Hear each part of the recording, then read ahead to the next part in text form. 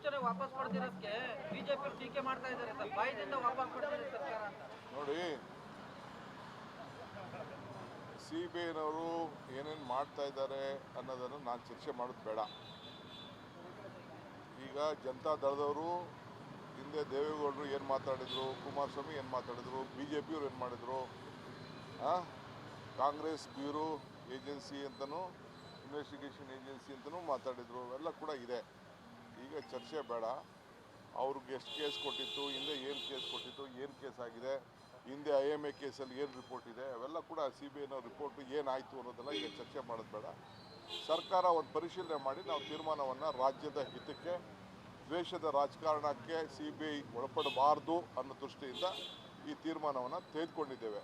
ಸೂಕ್ತ ಯಾವುದಾದ್ರು ಎಮರ್ಜೆನ್ಸಿ ಇತ್ತು ಅಂತಂದರೆ ಏನಾದ್ರು ನಮ್ಮ ಅಧಿಕಾರಿಗಳು ಮಾಡೋಕ್ಕೆ ಅರ್ಹಿಲ್ಲ ಅಂದ್ರೆ ನಾವು ಅದನ್ನ ಯೋಚನೆ ಮಾಡ್ತೀವಿ. ರಾಜಭವನವನ್ನ ರಕ್ಷಣೆ ಮಾಡ್ಕೊಳ್ಳಿಕ್ಕೆ ಈ ರೀತಿಯಾಗಿರ್ತ ಸರ್ಕಾರ ಈ ಸಂದರ್ಭದಲ್ಲೇ ಯಾಕೆ ತೆಗೆದುಕೊಳ್ಬೇಕಿತ್ತು ಅಂತ ಅವರು ಮಾತಾಡಲಿ ಪಾಪ.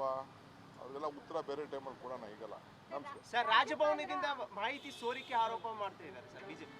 ಅದು ನನಗೆ ಗೊತ್ತಿಲ್ಲ. ಅದು ಇಂಟರ್ನಲ್ ಮ್ಯಾಟ್ರು. ನನಗೆ ಯಾರು ಏನು ಬರೆದಿದ್ದಾರೋ ಏನು ಅಂತ ಗೊತ್ತಿಲ್ಲ. ರಾಜ್ಯಪಾಲರ ವಿಚಾರ. ನನಗೆ ಗವರ್ನರ್ ಆಫೀಸಲ್ಲಿ ಏನು ನಡೆದಿದೆ, ನಮ್ಮ ಲೋಕಾಯುಕ್ತ ಆಫೀಸಲ್ಲಿ ಏನು ಕೊಟ್ಟಿದೆ, ನನಗೇನು ಮಾಹಿತಿ ಅಂತೂ ಇಲ್ಲ. ಸಂಪುಟ ಮತ್ತೊಂದು ನಿರ್ಣಯ ಮಾಡಿದೆ ಸರ್. ರಾಜ್ಯಪಾಲರ ಪತ್ರಕ್ಕೆ ಸಂಪುಟದಲ್ಲೇ ಒಪ್ಪಿಗೆ ಪಡೆದರೆ ಅದನ್ನ ಅಲ್ಲಿ ತಂದುಬಿಟ್ಟು ಉತ್ತರ ನೋಡಿಯಪ್ಪ, ನೋಡಿ ಒಂದು ಹೇಳ್ತೀನಿ, ಒಂದು ಪ್ರೊಸೀಜರ್ ಇದೆ.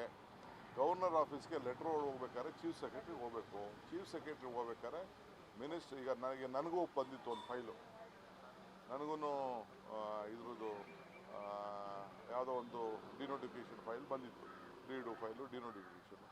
ನಾನು ನಮ್ಮ ಸೆಕ್ರೆಟ್ರಿ ನನಗೆ ಕಳಿಸಿದ್ದು. ನಾನು ಕ್ಯಾಬಿನೆಟಲ್ಲಿ ಹಿಂದೆ ತೀರ್ಮಾನ ಆಗಿದೆ, ನಾನು ಅದಕ್ಕೆ ಉತ್ತರ ಕೊಡೋಕ್ಕಾಗ್ತದಾ?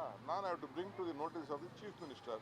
ಅದು ಹಿಂದೆ ಕ್ಯಾಬಿನೆಟಲ್ಲೇ ತೀರ್ಮಾನ ಆಗಿದೆ, ಏನು ಮಾಡಬೇಕು, ಅದಕ್ಕೊಂದು ಸಬ್ ಕಮಿಟಿ ತೀರ್ಮಾನ ಮಾಡಿದೆ. ಅದಕ್ಕೆಲ್ಲ ನಾನು ಹಂಗಂತ ಏಕ್ದಮ್ ನಾನು ಚೀಫ್ ಮಿನಿಸ್ಟರ್ ಗಮನಕ್ಕೆ ತರದೆ, ಕ್ಯಾಬಿನೆಟ್ ಗಮನಕ್ಕೆ ತರದೆ ಮಾಡೋಕ್ಕಾಗ್ತದಾ?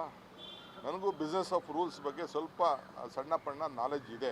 ಅಷ್ಟು ವಿದ್ಯಾವಂತ ಇಲ್ಲದೆ ಹೋದ್ರು, ಬುದ್ಧಿವಂತ ಇಲ್ಲದೆ ಹೋದ್ರು, ಪ್ರಜ್ಞಾವಂತಿಕೆ ಮಾತ್ರ ಇದೆ ಅಂತ ನಾನು ತಿಳ್ಕೊಂಡಿದ್ದೀನಿ.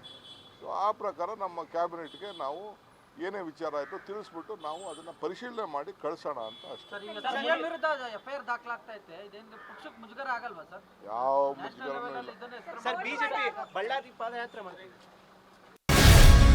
ಗ್ಯಾರಂಟಿ ನ್ಯೂಸ್, ಸುದ್ದಿ ಖಚಿತ, ನ್ಯಾಯ ನಿಶ್ಚಿತ.